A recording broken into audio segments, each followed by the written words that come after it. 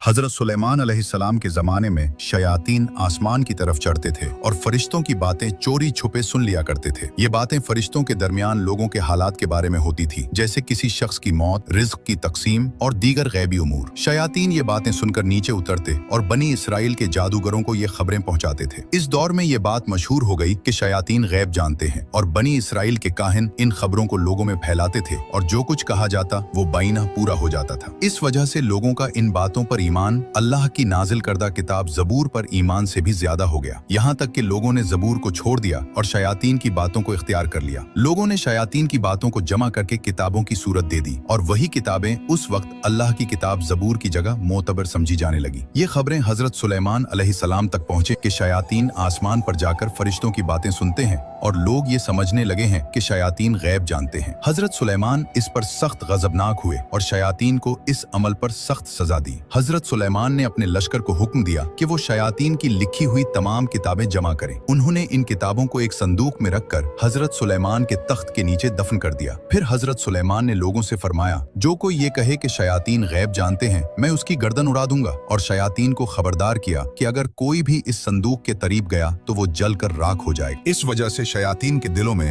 हजरत सुलेमान के खिलाफ शदीद बुग़्ज़, हसद और गुस्सा पैदा हो गया, क्योंकि अल्लाह ने हजरत सुलेमान को एक अजीम राज और ताकत अता फरमाई थी, जिससे वो जिन्नात और शयातीन को मुसख्खर करते, उन पर हुकूमत करते और उन्हें सजा देते थे। शयातीन हजरत सुलेमान की इताअत तो करते थे, मगर उनकी नबूवत पर ईमान नहीं रखते थे। वो सिर्फ इस खौफ से इताअत करते थे कि हजरत सुलेमान उन्हें कैद या अजाब दे सकते हैं। वक्त गुजरता गया, लोग और काहिन शयातीन की बातें भूलते चले गए, यहाँ तक कि हजरत सुलेमान का विसाल हो गया। उनके इंतकाल के कई साल बाद और नस्लों के बदलने के साथ वो उलमा भी कम होते गए जो जानते थे कि किताबें तख्त के नीचे दफन हैं। एक दिन बनी इसराइल के एक गिरोह के पास एक अजनबी शख्स आया जो दर हकीकत इंसान की शक्ल में एक शैतान था। उसने कहा, मेरे पास तुम्हारे लिए एक अजीम खजाना है, अगर तुम उसे हासिल कर लो तो दुनिया के सबसे ताकतवर लोग बन जाओगे। बनी इसराइल ने जवाब दिया, ये कैसा खजाना है जिसकी बात कर रहा है? शैतान मुस्कुराया और बोला, सुलेमान कोई नबी नहीं था बल्कि एक जादूगर था। वो जादू के जरिए तुम्हें धोखा देता था और उसे मोजज़ा बनाकर पेश करता था। लोग उसकी बातें गौर से सुनने लगे और पूछा,